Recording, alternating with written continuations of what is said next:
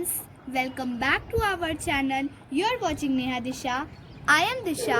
आज की इस वीडियो में मैं आप लोगों को प्रेजेंट परफेक्ट कंटिन्यूअस टेंस के बारे में बताने वाली हूँ. तो चलिए स्टार्ट करते हैं.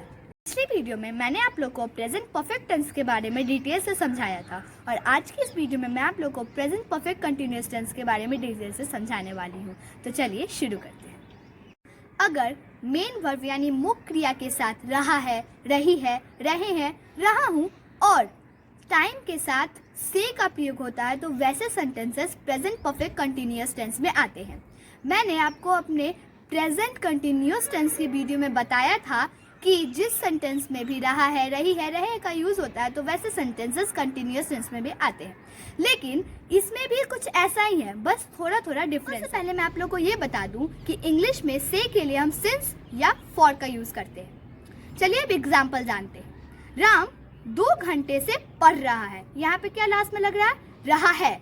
और यहाँ पे ये भी पता चल रहा है कि वो 2 घंटे से पढ़ रहा है. यहाँ पे समय का पता चल रहा है, इसलिए यहाँ पे से है. दूसरा एग्जाम्पल देखते हैं. गीता सुबह से रो रही है. यहाँ पे रही है, ठीक. और दूसरा ये बात कि सुबह से, यहाँ पे क्या हमें पता चल रहा है कि समय का हमें पता चल रहा है कि वो सुबह से रो रही है. तो चलिए अब जानते हैं कि इन सेंटेंसेस को कैसे बनाना है.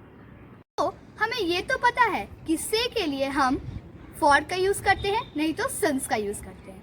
लेकिन हमें ये नहीं पता कि सिंस कहाँ लगेगा और फॉर कहाँ लगेगा. तो चलिए अब इसे जानते हैं. सिंस पॉइंट ऑफ टाइम यानी एक निश्चित समय या particular time. For duration of time. Duration का मतलब क्या होता है? अवधि, यानी समय की अवधि या समय का अंतराल के बारे में. तो चलिए अब जानते हैं कि इन तरीके से सेंटेंसेस को कैसे बनाया जाता है. तो चलिए अब जानते हैं कि सिंस और फॉर का कहाँ यूज कर सकते हैं, उसको एग्जाम्पल से समझते हैं. सिंस फ्राइडे या सिंस सैटरडे. सिंस फ्राइडे यानी शुक्रवार से. सिंस सैटरडे यानी शनिवार से.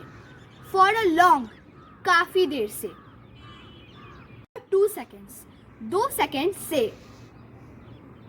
चलिए अब जानते हैं कि प्रेजेंट परफेक्ट कंटिन्यूअस टेंस में किस तरीके के सेंटेंसेस हम बनाएं. सबसे पहले आता है हमारा अफर्मेटिव सेंटेंस यानी सकारात्मक वाक्य. तो चलिए अब जानते हैं इसको बनाने का क्या रूल है.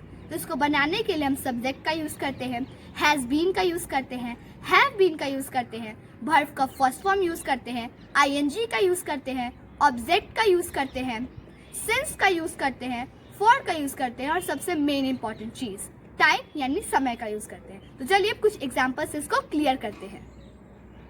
पायल इज रीडिंग. पायल पढ़ रही है. अब ये सेंटेंस हमारा किस पे? प्रेजेंट कंटिन्यूअस टेंस में. अब इसे प्रेजेंट परफेक्ट कंटिन्यूअस टेंस में कैसे लिखेंगे? तो Payal has been reading for 2 hours. Payal 2 घंटे से पढ़ रही है. तो चलिए अब जानते हैं अफर्मेटिव सेंटेंस में सिंस का कैसे यूज करेंगे. I am playing. मैं खेल रही हूँ. ये जो सेंटेंस है हमारा वो क्या है?